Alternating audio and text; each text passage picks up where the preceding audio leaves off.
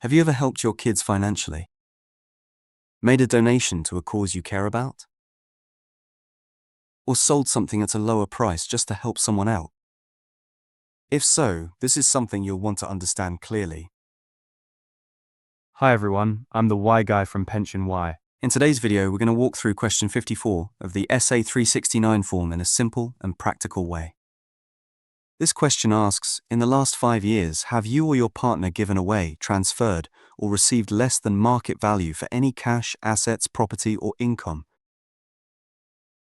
It may sound technical, but don't worry. I'll break it down step by step so it's easy to follow. Before we continue, a quick note.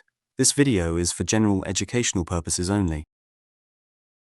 Rules and personal situations can vary, so it's always a good idea to confirm details with the relevant authority or a qualified professional before making decisions. In everyday terms, this question is about whether you've reduced your assets on purpose, either by giving them away or not receiving full value in return. This can include giving money to family or friends, transferring ownership of something valuable, selling an item for less than what it's reasonably worth, or even forgiving a loan. Also important to know, making donations or tithing to a religious or other organization is treated the same way because it involves giving away something of value.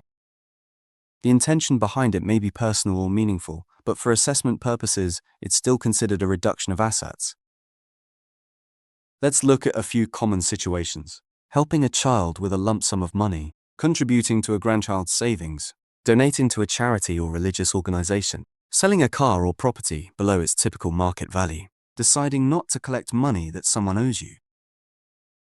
All of these can fall into the category of disposing of assets. It's not about whether it was right or wrong, it's simply about how it's assessed. Now, there is some flexibility built into the system. You can give away up to $10,000 in one financial year or up to $30,000 over a rolling 5-year period. If you stay within these limits, those amounts are generally not counted in ongoing assessments. So it's important to keep track over time, especially if there are multiple gifts or transfers. If the amount given away goes beyond those limits, the excess portion may still be considered for a period of time. In simple terms, even though the asset is no longer in your possession, a portion of it may still be taken into account when your situation is reviewed. This can have an impact on how your overall position is assessed. So it's not about stopping you from helping others. It's just about understanding how timing and amounts can play a role. Now, this is the most important part of today's topic. Question 54 specifically asks about the last 5 years. This time frame matters a lot. If an asset was given away within the last 5 years, it may still be considered as part of the assessment.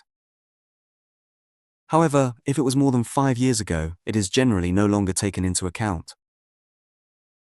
So when answering this question, always think back carefully over that 5-year window. Anything outside that period is usually not relevant for this question. Here are a few common misunderstandings to be aware of. It doesn't matter who received the gift. The treatment is the same.